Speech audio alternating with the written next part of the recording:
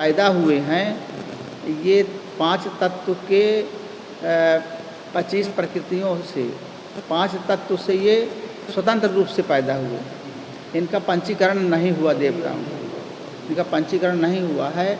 ये 5 तत्वों से पैदा हुए, स्वतंत्र रूप से पैदा हुए। ये देवता सब कार्य करते हैं और ये संसार में ही रहते हैं, ये संसार में रहते हैं। और ये जो भी सजाती विचार आज पार्टी आ जाएगी तो उसकी सेवा करेंगे, और विजाति आ जाएगी तो उसकी सेवा भी करते हैं। दो रावण के पक्ष में भी कार्य करेंगे और राम के पक्ष में भी कार्य करेंगे। हाँ, जैसे मान लीजिए कि कोई पार्टी आ गई, बीजेपी पार्टी, मान लीजिए बीजेपी पार्टी आ गई, तो जितने कलेक्टर हैं, कमिश्नर हैं, जितने जो ये सरकारी कर्मचारी हैं, ये सब उनके में काम, उनको तो काम करना है, उनको काम करेंगे, पैसा पाते हैं वो, तो वो सब कार्य करते हैं उनकी जगह पे। उनको इससे मतलब नहीं कौन आते कौन जाते हैं। और फिर अगर विजाति पार्टी आ गई, तो विरोधी पार्टी आ गई, उसको उसमें भी वो कार्य करेंगे। हाँ, तो उसमें कार्य करते हैं। तो सब अपना कार्य करते हैं, चाहे विरोधी आए, चाहे सजाती आए, चाहे विजाति, कोई पार्टी आ जाए, दोनों तरफ कार्य करेंगे। तो इसी प्रकार शरीर के अंदर होता है, शरीर के अंदर भी देवी देवता होते हैं, तो वो अपना कार्य करते हैं। ये देवता अलग चीज़ है, ये देवता अलग होते हैं। देखिए, इसमें बड़ा भारी कन्फ्यूजन रहता है कभी कभी लोगों के अंदर कि कौन से देवी देवता हैं भाई, तो वहाँ उनको भी देवता कहते हैं। वो जो कहते हैं कि सब बंदर देवताओं के रूप हैं, बंदर जो देवताओं के अंश से पैदा हुए हैं, ये भी एक जो है समझने की बात है। तो ये कन्फ्यूजन होता है ना, बीच में संशय हो जाता कि देवता कौन से हैं, तो वो देवता अलग ढंग के। और ये जो देवता हैं, ये देवता जो राम की सेना में हुए थे, भर्ती हुए थे, सब बंदर जो है सब देवता थे, तो वो देवता अलग ढंग के हैं। वो केवल सजाति का ही पक्ष लेते हैं, केवल सजाति का पक्ष लेते हैं, वो देवता हैं। ये दोनों का पक्ष लेते हैं, सजाति में भी कार्य करेंगे, विजाति में भी कार्य करेंगे, और ये शरीर को पुष्ट रखते हैं, शरीर को सही रखते हैं, वो देवता है। तो ये देवी देवता काम करते हैं। इनकी प्रशक्तियाँ भी होती हैं, सबकी प्रशक्तियाँ भी अलग अलग होती हैं। तो ये शरीर के अंदर जो कार्य करते हैं, शरीर को सही रखते हैं, शरीर को हिष्ट पुष्ट रखते हैं, शरीर सब क्रियाओं को कार्यान्वित करते रहते हैं, तो ये देवता शरीर के अंदर होते हैं। और वो जो देवता हैं जिसकी इन्होंने वर्णन किया है कि देवता शकुन हो रहे हैं, देवता दुंदुभी बजाकर फूल बरसा रहे हैं। अब देवता लोग फूल बरसाते हैं क्योंकि अब उनके वो सजाती विचार अपने अंदर पैदा हो गए। हाँ, तो अब उधर जा रहे हैं, वो परमात्मा को ले जाने वाले हैं, तो उधर हम ये मदद करेंगे। तो एक भजन आया है ना उसमें कि प्यारी सखी सुहागिन गामै परिके चकर भमरवा, ससुरे से गौना उलट चले नई हरवा। जब ससुरे से गौना नई हरवा की ओर चल देता है, संसार से जो हमारा उलट के गौना संसार परमात्मा की ओर चल देता है। हम परमात्मा से आए, संसार में आ गए, परमात्मा से पैदा हुए, संसार में हम आ गए। अब संसार में आए, देखे सुने, सब खाए पिए मौज मस्ती किए, अब लेकिन देखे कि सब है झूठा ही, ये सब खा पी रहे हैं, संसार का आनंद भोग सब कर लिए, लेकिन संसार झूठा है। जब ऐसी अनुभूति हुई, तब ससुरे से गौना, अब हमारा गमन किधर होने लगा, हम किधर जाने के लिए तैयार हो गए, उलट ही चले नई हरवा, फिर से परमात्मा की ओर जाने लगा। तो ससुरे से गौना उलट ही चलो नई हरवा। अब बिना मात की लड़की जाई तरकी पहने हरवा, मांग सवारे बेसर पहने कंगाल इन्हें करवा, निज लड़के को खसम बनाया छैथूनी का मड़वा। अब प्यारी सखी सुहागिन गाँव में परिके चकर भंवरवा। अब प्यारी सखी सुहागिन गाँव में ये जो इंद्रियां हैं, यही सखियां हैं, सखियां हैं, यही सुहागिन गाती हैं। ये तो सब का सुहागिन गाएंगी, जिधर रहेंगी उधर का सुहाग गाएंगी। हाँ, जो है गीत गाते हैं। तो इस प्रकार से ये जो इंद्रियां हैं, ये सब का फेवर करती हैं। जो भी पार्टी आ जाएगी उसी की तरफ चले जाएंगे। तो ये जितनी देवी देवता हैं ये सब दोनों रूप में है। ये दोनों रूप यहाँ शरीर के अंदर भी कार्य करते हैं, शरीर के अंदर भी कार्य करते हैं, और सजाती रूप भी इनका है, भगवान की तरफ भी ले जाने में कार्य करते हैं। तो देवताओं की स्त्रियां आनंदित होकर सुंदर मंगल गीत गा गा कर नाच रही हैं। अब देवताओं की जो स्त्रियां हैं ये सब मंगल गीत, इसके अंदर भी स्त्रियां हैं, शक्तियां हैं, ये सब परमात्मा की ओर अब कार्य करने लगी। जो शक्ति संसार की ओर कार्य करती थी वो शक्ति परमात्मा की ओर लग गई, क्योंकि भाई जिसका राज्य होगा उसी तरफ कार्य करना पड़ेगा। तो जब परमात्मा की ताकत आ गई तो उसका कहना मानना पड़ेगा और उसी तरफ गीत गाना पड़ेगा, उसी तरफ नाचना पड़ेगा। तो ये जितने देवी देवता हैं ये कार्य नहीं करती, उनकी प्रशक्तियाँ काम करती, प्रशक्तियाँ काम करती। अगर मान लीजिए हम लोग बैठे हैं, हम लोगों के अंदर ताकत ना हो तो क्या चल पाएंगे? हम लोग नहीं चल सकते, बैठे के बैठे रह जाएंगे। कहें भाई जीव नहीं चले, अब क्या करें, हम कमज़ोर हो गए, अब क्या करूं मैं भगवान, अब मैं जो भी है सब ठीक है। आदमी बुढ़ा जब हो जाता तो शक्ति काम नहीं करती, तब फिर जो है फिर आदमी कहता है कि अब मैं ताकत नहीं रह गई शरीर में, तो प्रशक्तियाँ नहीं काम करती। हम हैं लेकिन हमारी शक्ति काम नहीं कर रही। तो देवताओं की प्रशक्तियाँ काम करती हैं। वो सब क्या करती हैं कि देवताओं की स्त्रियां आनंदित होकर सुंदर मंगल गीत गा गा कर नाच रही हैं। प्रशक्तियाँ जो है नाचती हैं, गाती हैं, सब कार्य करती हैं। फिर मागध सूत बंद नट नागर, गावहि जसु हितु लोक उजागर, जय धुनि विमल वेद बर बानी, 10 दिश सुनिय सुमंगल सानी। मागध, सूत, भाट और चतुर नट तीनों लोकों के उजागर, सबको प्रकाश देने वाले परम स्वरूप प्रकाश स्वरूप श्री रामचंद्र जी का यश गा रहे हैं। मागध, सूत, भाट और चतुर नट, ये पहले राजाओं के का जो वर्णन है, राजाओं को मतलब उनकी यश गाने वाले उनकी बड़ाई करते थे। तो राजा, ताकि राजा खुश रहे हमेशा कि आप तो बहुत महान हैं, आप जो है इतना आपका जो प्रकाश है सब जगह फैला हुआ, आपकी महिमा सब जगह फैली हुई है, ये सब पहले चलता था। तो राजा खुश रहते थे कि हाँ प्रसन्न रहते थे। तो वो श्री रामचंद्र जी का यश गान करते हैं, गुणगान करते हैं। जय ध्वनि तथा देव की निर्मल श्रेष्ठ वाणी, जय ध्वनि तथा वेद की निर्मल श्रेष्ठ वाणी सुंदर मंगल से सनी हुई 10 दिशाओं में सुनाई पड़ रही। हाँ, अब इतना जय ध्वनि हो रही है और वेद की निर्मल श्रेष्ठ वाणी है क्या हो सकता है। मागध भी यही करते हैं। मागध अब सूत कौन है?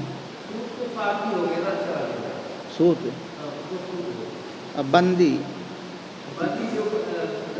जो प्रचार प्रसार कर वंदना करते, वंदना करने से बंदी। और नट नागर हैं, हाँ वो नागर हो गया। तो मागध, सूत, बंद, नट, नागर, गावहि जस तिहु लोक उजागर, इन सब के द्वारा उनका यश फैल रहा है, चाहते तीनों लोग। हाँ, बड़ाई करते। फिर और इतना तेज़ी से वो फैला रहे हैं, सबकी 10 दिशाओं में उनकी जो है मंगल, हाँ सुंदर मंगल हो रहा है सब जगह। हाँ, सब दिशाओं में उनकी आवाज़ जा रही है। विपुल बाजने बाजन लागे, नभ सुर नागर लोग अनुरागे, नभ सुर नगर लोग अनुरागे। तो नभ सुर नगर लोग अनुरागे, बने बराती बरन न जाहि, महामुदित मन सुख न समाए। बहुत से बाजे बजने लगे, आकाश में देवता और नगर में लोग सब प्रेम में मग्न हैं। बाराती ऐसे बने ठने हैं कि उनका वर्णन नहीं हो सकता है। परम आनंदित हैं, सुख उनके मन में समाता नहीं है। अब ये ऐसा विषय है कि साधक को साधना करते करते जब उसका मन सजाती भावनाओं से भर जाता है, सजाती विचारों से भर जाता है, विजाती जो विचार हैं वो भी रहते हैं, लेकिन उनकी ताकत नहीं रह जाती, फिर वो सब कमज़ोर पड़ने लगते हैं। और साधक जो है अपना ताकत आ जाती है, उसमें मन को रोकने की क्षमता आ जाती है। तब फिर क्या होता है कि ये सब प्रकार की उसकी बड़ाई अंदर के जो तत्व हैं सब करने लगते हैं। तो यही बता रहे हैं कि बहुत से बाजे बजने लगे। अब आनंद हो रहा है कि साधक प्रफुल्लित हो रहा है कि अच्छा हमने मन को रोका भाई, बड़ा मज़ा आया। तो मर गए दुनिया में संकल्पों का भोग करते करते, अब मेरा मन रुका है। हमको चाहे अच्छी चीज़ कोई दे दे तो हमें कोई प्रेम नहीं है, चाहे हम सूखी रोटी दे दे तो कोई उससे लगाव नहीं है, चाहे कोई बहुत अच्छा कपड़ा पहरे उससे हमको कोई चिंता नहीं है, चाहे हम फटे पुराने पहरे रहें तो फिर हमको कोई चिंता नहीं है, चाहे हमको बहुत सुख मिल जाए तो हमें कोई चिंता नहीं है, चाहे हमें दुख मिल जाए तो भी कोई चिंता नहीं। साधक ऐसी स्थिति में पहुंच जाता है तो उसको कोई बाहर की चीज़ों से कोई उसको लालच नहीं लगता है, कोई उसके अंदर इच्छा पैदा नहीं होती कि ऐसा हो जाए। नहीं तो आदमी मर मिटता है, लड़ाई करने लगता है कि हमको ये चीज़ मिलना चाहिए, हमको ऐसा होना चाहिए। तो जो महात्मा हो जाते हैं वो किसी चीज़ का भोग, उनका अंदर से भोग की जो वासना है वो समाप्त हो जाती है, तो फिर उनको जो मिलता है उसी में प्रसन्न रहते हैं। देखिए, आदमी अपने से ही दुखी है, अपने से ही सुखी है, कोई दूसरा कोई सुख दुख देने वाला नहीं है। हम अपनी भावनाओं से ही दुखी रहते हैं कि हम जो चीज़ चाहते हैं वो नहीं मिलती, तो आदमी अंदर अंदर जलता रहता है। और कभी कभी जो है आदमी को मिल गया तो खुश हो जाता है, और नहीं मिला और सबको मान मिल रहा है तो लगता है सबको मिला, हमको क्यों नहीं मिलता है। तो आदमी जलता रहता है अंदर अंदर अंदर अंदर, उसका भजन वजन कुछ नहीं हो पाता, वो उतने में ही वो परेशान रहता है कि मैं कैसे क्या करूं। आप सबसे ऐसी बीमारी कि हम जो है कुछ जो है हो नहीं सकते, कर नहीं सकते, अच्छा बीच में फंसे, मैं कैसे आगे बढ़ूं। ये सब चीज़ मन में खाए लेता है आदमी। जो ईर्षा द्वेष है ये आदमी को परेशान किए रहता है। ये संसार विषमता से बना ही हुआ है। अगर कोई कहे कि इसमें सब समता ही समता है तो समता नहीं, इसमें विषमताएँ बहुत सारी, बहुत विषम। हाँ,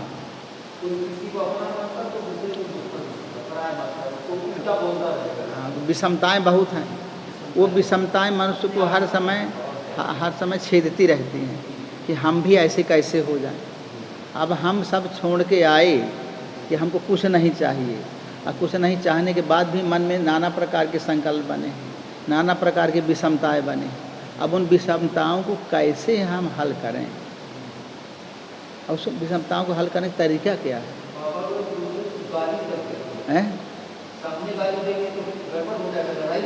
हाँ, तो इस प्रकार से मनुष्य अपनी भावनाओं से सुखी होता है, अपनी भावनाओं से दुखी होता है। और किस लिए दुखी होता है कि आदमी दुखी इसलिए होता है कि हमको वो चीज़ नहीं मिल रही है, हमको कैसे मिले, उसको उपभोग कर रहा है, हम नहीं कर पा रहे हैं। तो आदमी इसी में अंदर अंदर अंदर अंदर उसको जलता रहता है, और कुछ नहीं रखा इसमें। अगर हमें भजन करना है, साधना करनी है, तो इस कंपटीशन को छोड़ दें और हम जो क्या करें कि हम अपने भजन में ध्यान दें, तो हमें वो सब चीज़ें अपने आप मिल जाएंगी, जो नहीं चाहेंगे वो भी मिल जाएगी। पर आदमी नहीं मानता, आदमी के अंदर जो विषमताएँ हैं वो आकर्षित करती हैं, तो आदमी उसी को पूर्ति करने में लगा रहता है, हो गया उसमें उसका जीवन बीत जाता है। तो ये साधना की सब बातें इसमें कि आनंद ऐसे आता नहीं है। जब मन सब तरफ से कंट्रोल हो करके, बस में हो करके सजाती विचार भर केवल रह जाए, तब ये सब चीज़ होती है। तो विपुल बाजने बाजन लागे, नभ सुर नगर लोग अनुरागे, बने बराती बरन न जाही, महामुदित मन सुख न समाही। बहुत से बाजे बजने लगे, आकाश में देवता और नगर लोग के लोग सब प्रेम में मग्न हैं। बराती ऐसे बने ठने हैं कि उनका वर्णन नहीं हो सकता, परम आनंदित हैं, सुख उनके मन में समाता नहीं। अब बराती कौन है? जो बारात में गए थे, जो अवध के लोग बारात में गए थे वो बाराती हैं। तो बाराती कौन है? वो सब सजाती भावनाएं हैं। हमारे मन बुद्धि चित्त अहंकार इंद्रियां सब ये बारातिन हैं। ये सब ले आए हैं, सीता को ले आए साथ में। राम जो है साधक है। राम जब को शक्ति प्राप्त होती है जब साधक को, तब सभी इंद्रियां मन बुद्धि चित्त अहंकार सब बहुत प्रसन्न हो जाते हैं, खुश हो जाते हैं कि हमें अच्छा मिल गया, शक्ति अच्छा प्राप्त हो गई। भाई वो उसको भी उसमें भी खुशी मनाते हैं। और जब अगर रावण का राज हो जाए तो उसमें खुशी मनाते थे, लेकिन खुशी मनाते थे लेकिन दुखी रहते थे कि कैसे इसका राज्य खत्म हो, राम का राज्य आ गया, क्योंकि उसमें परमात्मा का संरक्षण मिलना है। और रावण तो मार कूट के राज्य करता था, जैसे तालिबान लोग हैं ना, ऐसे शासन था, बंदूक के नोक पर शासन करता था, ऐसा है। तो इस प्रकार से ये जो है परम आनंदित है सुख में, उनके सुख उनके मन में समाता नहीं। इतना सुख है किसी के मन में समा नहीं रहा। अब किसके कौन है वहाँ सुख जिसके मन में नहीं समाता? साधक ही है केवल। साधक किसी से कहता नहीं है, साधक किसी से कहता नहीं कि हमको सुख नहीं मिल रहा, अंदर अंदर प्रसन्न रहता है। देखिए साधक जो होता है वो बड़ा बुद्धिमान होता है। कैसे बुद्धिमान होता है कि ना अपनी खुशी कहीं जाहिर करता और ना अपना दुख कहीं जाहिर करता। और जो साधक नहीं होते वो कभी खुश हो जाएंगे, कभी नाराज़ हो जाएंगे। खुश होंगे तो बहुत खुश हो जाएंगे, अब नाराज़ होंगे तो बहुत नाराज़ होंगे। इतना नाराज़ हो जाएंगे कि लड़ाई झगड़ा चालू कर देंगे, लड़ पड़ते। तो ये सांसारिक भावनाओं वाले व्यक्ति होते हैं। और साधकों में क्या होता है? साधक जो है ना खुश होगा ना नाराज़ होगा। खुश होगा, थोड़ा खुशी आएगी तो हल्की सी आएगी, मामूली सी, और नाराज़गी आएगी तो थोड़ी सी आएगी। फिर मन को समेट लेगा अपने, यार ये कुछ नहीं, मैं बेकार की बातों में नहीं पड़ना चाहिए, समझा लेगा। लेकिन जो साधक नहीं होगा वो तो फिर भैया बवंडर बना देगा, छोटी सी बात का बड़ा रूप ले लेगा, ऐसा हो जाता। तो ये जब बहुत बड़ा आदमी के अंदर विरोध पैदा होता है तब आदमी फिर मरने मारने में उतारू हो जाता है। और साधक का क्या लक्षण है? साधक मन ही मन उसके अंदर सब कुछ होता है। मन से समझ लेता है कि संसार असार है, इसमें जो हमें सुख मिला है, जो हमें परमात्मा का आनंद मिल रहा है, यही प्रमुख है, यही मुख्य चीज़ है, इसी में हमको प्रसन्न रहना चाहिए। अब बेकार की बातों पढ़ने से क्या फ़ायदा? उसको बुद्धि के द्वारा सबको हटाता जाता, त्याग करता चला जाता है। तो वो साधक जो है, जो महात्मा लोग जानते हैं, कुटिया बना के रहते हैं। और कुटिया बनाए और कुटिया में छानी वानी बन जाती है कांच की, और उसी में अपना बड़े बड़े लोग और क्या करते हैं, कुटिया में बना लेते हैं और वहीं अपना जो मिला, गांव से जो मिल गया, अन्न आ गया, भोजन वही खाते हैं, भजन करते हैं। उनको कोई मतलब नहीं महल से कि आश्रम से कोई मतलब नहीं रहता है। अपना उसी में वो भजन करते हैं, साधना करते हैं, बैठे रहते। क्यों करते हैं? इसलिए कि उन्हें सब सुख भोग लिया। अब वो सब सुख भोगने के बाद कुटिया उनको पसंद आई, तो कुटिया में अपना भजन करना है, जो भी सुख दुख सहते रहते हैं। तो इस प्रकार से साधक लोग जो है त्याग में फिर खुश रहते हैं। उनको भोग की इच्छा तो रहती नहीं, तो त्याग में ही खुश रहते हैं। तो ये कहाँ की स्थिति का वर्णन है? ये है सीता जी मिल गई हैं, और सीता मिलने के बाद राम पहुँच गए अयोध्या जी। अब अयोध्या जी पहुँच करके और वहाँ सब उनके खूब खुशियाँ मना रहे हैं अवध के लोग। कि भाई बाराती लोगों को बाराती लोग प्रसन्न हो रहे हैं और सब लोग खुश हैं, नगर में आनंद आ गया। कि अब तो आनंद नगर में आया मतलब शरीर में आया। साधक के जो देखिए, साधक के शरीर में भी आनंद आ जाता है, इंद्रियों में आनंद आ जाता है, मन में आनंद आता है, क्योंकि साधक अब शक्ति रूपी सीता मिल गई उसको।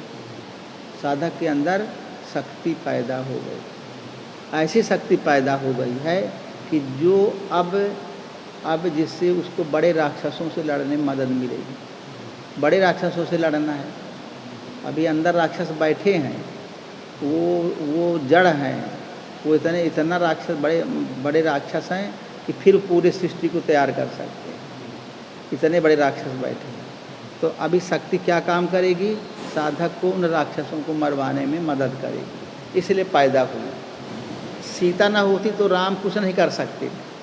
अगर साधक के अंदर शक्ति ना हो तो वो साधना नहीं कर सकता साधक। भाई कोई विकार आएगा वही हमको दबा लेगा।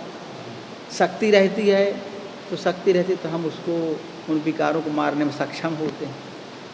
जब शक्ति रहती है तो हम विकारों को मारते हैं, तो हमें ताकत आ जाती है अपने अंदर मारने की कि हाँ हम मार लेंगे, हम जो है हम विषय को रोक लेंगे, हम जो है अपनी इंद्री को रोक लेंगे। ऐसी जो क्षमता पैदा हो जाती है, ये कौन करता है? ये अपने अंदर सीता बैठी है। सीता जो आ गई वो करती है। आदमी के अंदर जो त्याग आ गया, वैराग्य आ गया, उनमें जो शक्ति आ जाती है वो कहाँ से आती है? वो साधक की साधना से ही आती है। देखिए, जब कोई साधक साधना करता है तो साधक के अंदर शक्ति पैदा होती है। हम छोटे रूप की बात कर रहे हैं। छोटे रूप की कोई साधक सत्संग में आया, मान लीजिए कि नया साधक है, सत्संग में आया। अब सत्संग सुना उसने, सत्संग सुनने से क्या लगता है उसको? क्या बताए हैं कि बैठना चाहिए, नाम जपना चाहिए, ध्यान करना चाहिए।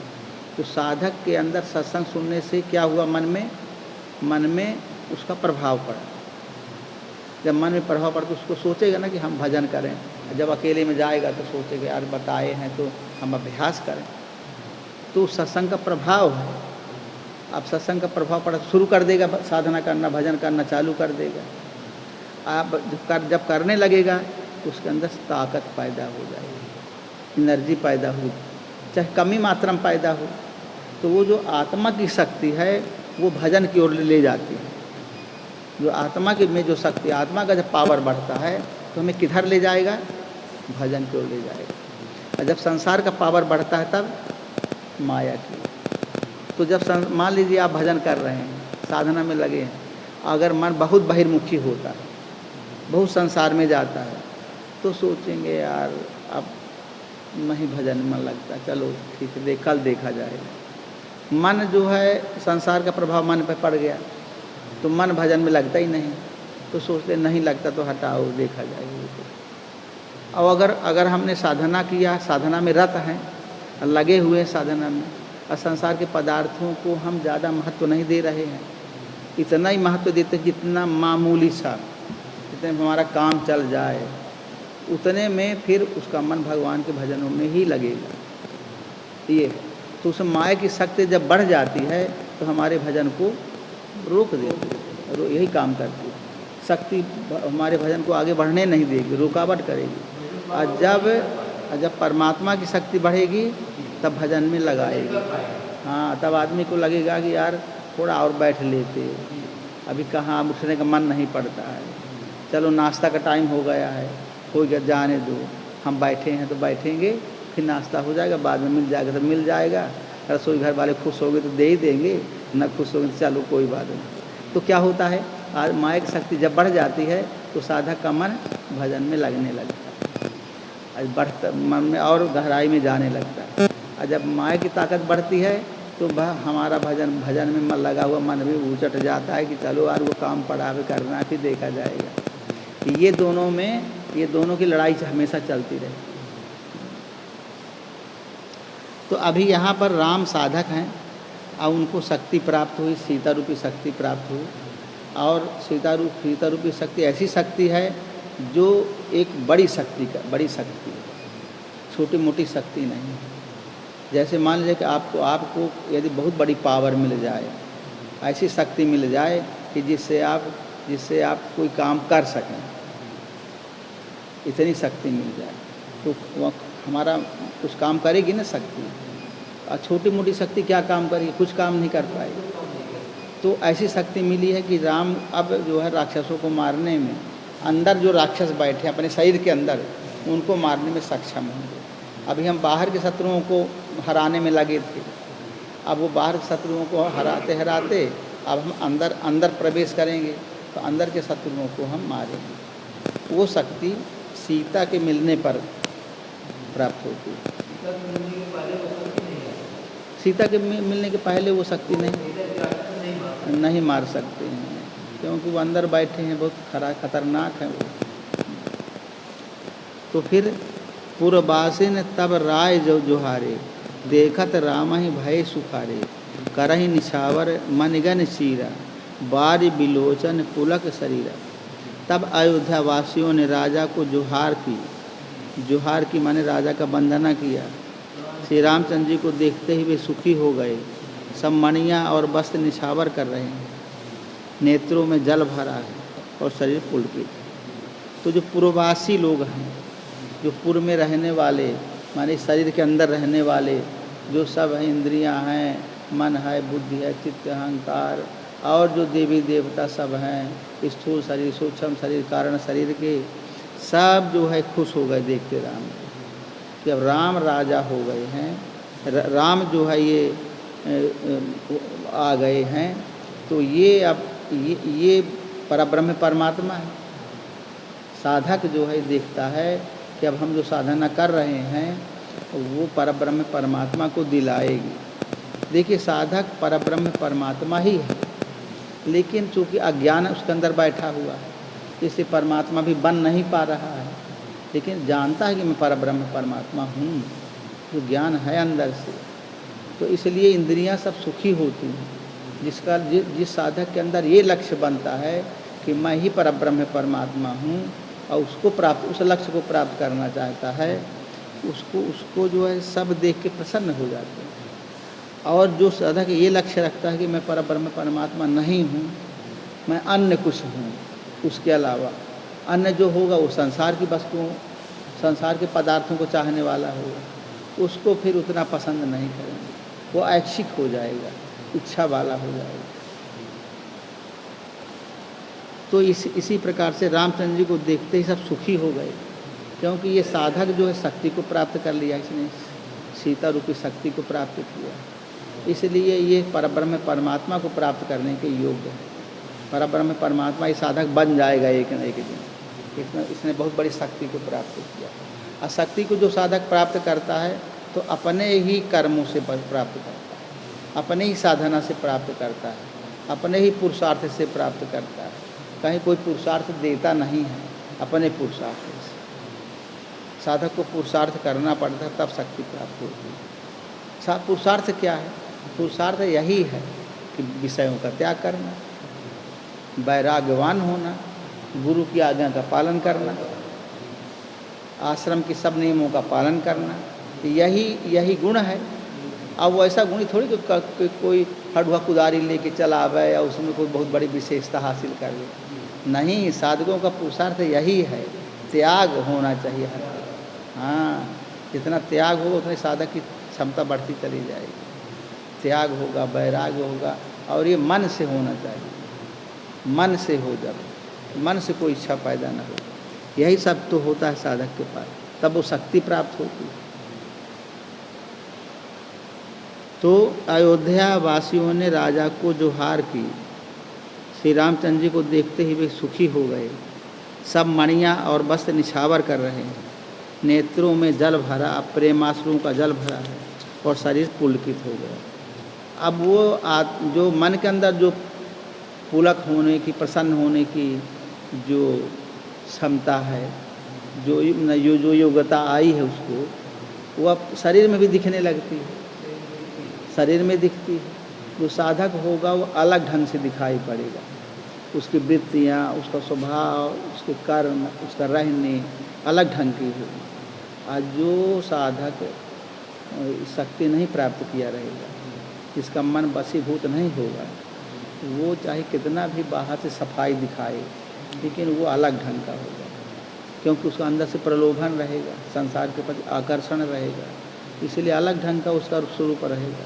चाहे भले कितना भी कुछ बोलता रहेगा, लेकिन अंदर जो है वो सांप घुसा है, संशय रूपी सांप घुसा है, संसार का जो है सुख ले प्राप्त करने की इच्छाएं घुसी हैं, काम क्रोध लोभ मोह विकार घुसे हैं, वो अंदर से मुंह ऐसे निकाल लेते हैं। जब समय पाते हैं, तब जब मौका पाते हैं, तब ऐसे मुंह निकाल लेते हैं कि आपका उनका भोग करना चाहते हैं। तो वो पता चल जाता है साधक को देखने से ही पता चल जाता है, साधक के रहने गहने अलग हो जाते हैं। तो यही इसमें बताया गया है कि शरीर पुलकित है, उसके जो कुछ कहता है वो अंदर से मन से कहता है, जो कुछ बोलता है मन से बोलता है, जो इच्छा करता है जो विचार करता है मन से करता है, तो वो उसमें पावर रहता है, उसका पावर आ जाता है, उसमें शक्ति आ जाती है। आरति करहि मुदित पुर नारी, हरसहि निरख कुमर बरचारी, शिविका सुभग ओहार उभारी, देख दुल्हनिन होहि सुखारी। नगर की स्त्रियां आनंदित होकर आरती कर रही हैं और सुंदर चारों कुमारों को देखकर हर्षित हो रही हैं। पालकियों के सुंदर पर्दे हटा हटा कर वे दुल्हनों को देखकर सुखी होती। अब एक दुल्हन थोड़ी है, 4 दुल्हन हैं। 4 दुल्हन कौन कौन सी हैं? राम की सीता हैं, राम को सीता ब्याही गई, अब भरत को मांडवी ब्याही गई, और उनको लक्ष्मण को उर्मिला ब्याही गई, और उसको शत्रुघ्न को सुतकीर्ति। ये अपनी शक्तियाँ हैं उनकी सबकी। तो कहते हैं सब लोग जो है पर्दे हटा हटा कर दुल्हनों को देखकर सुखी होती हैं, और स्त्रियां लोग, पुरुष नहीं देखते, स्त्रियां देख देख के प्रसन्न होती हैं। तो स्त्रियां क्या हैं? ये अवध के अंदर जो शक्तियां हैं, देवी देवताओं की शक्तियां, देवता शक्तियां हैं ना अंदर पहले से बैठी हुई हैं, वो देख करके चारों राजकुमारों को हर्षित होती हैं और उनकी दुल्हनों को देख कर आकर हर्षित होती हैं। अब दुल्हनें कौन हैं? दुल्हनें जो हमारे अंदर ज्ञान रूपी राम पैदा हुए, विवेक रूपी लक्ष्मण पैदा हुए, भाव रूपी भरत पैदा हुए, सत्संग रूपी शत्रुघ्न पैदा हुए। इनकी सब प्रशक्तियाँ हैं, इनकी सब प्रशक्तियाँ हैं। देखिए हर जगह प्रशक्तियाँ हैं, बिना प्रशक्तियाँ के प्रशक्ति कोई काम नहीं हो सकता। वही लड़ाई करेंगी और वही सब करेंगी और वही अंदर आ जाती, वही पावर का काम करती हैं। अगर ये सब में पावर ना हो, हमारे ज्ञान में पावर ना हो, और लक्ष्मण माने विवेक की शक्ति का क्या है, उर्मिला, उसमें पावर ना हो, उर्मिला में, और हमारे भाव में पावर ना हो, सत्संग में पावर ना हो, तब कुछ नहीं हो सकता। इन सब में पावर आ जाता है। महात्मा जो बोलता है उसमें ताकत रहती है, एनर्जी रहती है। आज जो साधारण आदमी बोलता है, बात करता है, वो सुनता है आदमी, इस कान से सुना, उस कान से निकाल दिया। क्यों निकाल देता है? क्योंकि जो बोलता है उसके अंदर से एनर्जी निकलती है, एनर्जी के साथ में बोलता है। जो आदमी बोलता है, बोलते सब कोई है, सब कोई बोलना जानता, सब कोई बोलता है, लेकिन महात्मा के बोलने में और सांसारिक व्यक्ति के बोलने में फ़र्क है। महात्मा के बोलने में क्या होगा, जो अंदर से वाणी निकलेगी वो पावर के साथ निकलेगी, और जो साधारण व्यक्ति बोलता है, अगर साधना नहीं करता तो उसकी वाणी निकलेगी, उस पावर नहीं रहेगा उसका। जो पावर जाता है साथ में तो काम करता है। सत्संग बोलते हैं महात्मा लोग, तो सत्संग का पावर जा कर के जब टकराता है किसी व्यक्ति के कानों से, तब वो वहाँ असर कर देता है, क्योंकि पावर लेके बोल रहे हैं, वो अंदर असर कर जाता है। अब अगर पावर नहीं है तो बोलेंगे लेकिन असर नहीं होगा। अब जैसे स्वामी जी बोलते हैं दोपहर को, सत्संग करते हैं। अब सत्संग करने में स्वामी जी के बोलने में क्या रहता है? पावर रहता है। तो पावर रहता तो उससे फ़ायदा क्या होता है? हम लोग फ़ायदा नहीं जानते क्या होता है। फ़ायदा ये होता है कि हम लोग इतने बाबा लोग आश्रम में रहते हैं, तो सबको शांति मिलती है। सब लोग अनुभव करते हैं कि गुरु महाराज जी बोले हैं और हम लोगों को करना चाहिए। तो क्या इससे होता क्या है, करें कर पाएँ या न कर पाएँ, ये तो अपने बहुत जन्म के जितने संस्कार हैं उनके प्रभाव से होना है। उनको काटना है उन संस्कारों को, तो कोई कम काट पाता, कोई ज़्यादा काट पाता है। तो गुरु महाराज जी जो बोलते हैं सबके अंदर असर करता है। तो जो असर करता है तो उससे क्या होता है, शांति बनी रहती है। आश्रम में लगता स्वामी जी यहीं बैठे हैं, लगता स्वामी धारकुड़ी में ही बैठे हैं, यहीं बोल रहे हैं, यहीं बात कर रहे हैं, ऐसा लगता है ना। तब साधक लोगों को लगता है कि स्वामी जी वहाँ बैठे वहाँ हैं, लेकिन वहाँ से बैठे बैठे यहाँ शांति सबको पैदा हो कि गुरु महाराज जी देखिए आज कितना बढ़िया बोले, क्या उपदेश दिए। और वो उपदेश जो कहते हैं स्वामी जी, वो उपदेश ऐसा नहीं कि हम केवल बाहर सुन के या उसको हटा देते हैं, हमारे अंदर भी कहीं ना कहीं वो जगह बना लेते हैं। और वो क्या करते हैं, उस जगह बना के हमको प्रेरित करते हैं कि तुम भजन करो। गुरु महाराज जी कहते हैं भजन करो। तुम क्यों भजन नहीं करते हो मन, तुम क्यों गुरु भगवान इतना समझाते सब थक गए, तुम क्यों भजन नहीं करते हो। यही उसकी प्रेरणा है। और नहीं तो क्या होगा मन में, अरे कौन भजन करे, कोई मतलब नहीं, आप भजन करे सब ठीक। आदमी ऐसा सोचेगा तो देखिए परिवर्तन होता है ना। उस परिवर्तन को हम लोग नहीं अनुभव करते, हमारा मन अनुभव करता है। हम बाहर से कुछ भी कहें, हमारा मन अनुभव करता है। स्वामी जी इतने दिनों से हम लोग सत्संग सुनाते 40 साल 45 साल सत्संग सुनाए हमको। तब लगे कि हम ऐसा लगता है कि स्वामी जी के हैं हम लोग, लगता कि नहीं लगता। इतने दिनों से सत्संग सुनते सुनते हम महात्माओं को ऐसा लगता है कि हम स्वामी जी के ही हैं, हम संसार के नहीं हैं। ऐसा अनुभव होने लगा ना थोड़ा थोड़ा कि हम संसार के नहीं हैं, हम स्वामी जी के हैं। क्यों लगने लगा, सत्संग का प्रभाव। और नहीं जिसके अंदर सत्संग का प्रभाव नहीं पड़ता है, वो संसार के लोगों का कहेगा कि हम लड़का हमारे है ना, हम पे चले जाम ना, हमें रहा हमारा परिवार वाला है ना, हम ऐसा उनका सहारा ले लेता है। और जिसके अंदर सत्संग अंदर घुस जाता है, वो फिर उसको सहारा नहीं लेता, उस सत्संग के द्वारा वो गुरुदेव भगवान का सहारा लेता है। तो ये सब सत्संग के प्रभाव हैं। हर चीज़ में पावर है, बिना पावर के कोई काम नहीं होता। तो कहते हैं कि हटा कर वे दुल्हनों को देखकर सुखी होते हैं। अब जो अपने अंदर की जो जितनी वृत्तियां हैं, जितनी ये स्त्रियां हैं शरीर के अंदर, ये सब जो है उनको देख देख करके जो वहाँ से आई हैं शक्तियाँ, उनको देख देख कर सुखी होती हैं। क्यों सुखी होती हैं, इसलिए क्योंकि अब परमात्मा को प्राप्त करने की क्षमता साधक में आ जाएगी। आ गई, सीता मिल गई, मानो साधक सिलेक्शन में पास हुआ कि अब तुम साधना करके परमात्मा को प्राप्त कर सकते हो। ये मतलब टाइम भी हो गया है। ओम श्री सद्गुरुदेव भगवान की जय।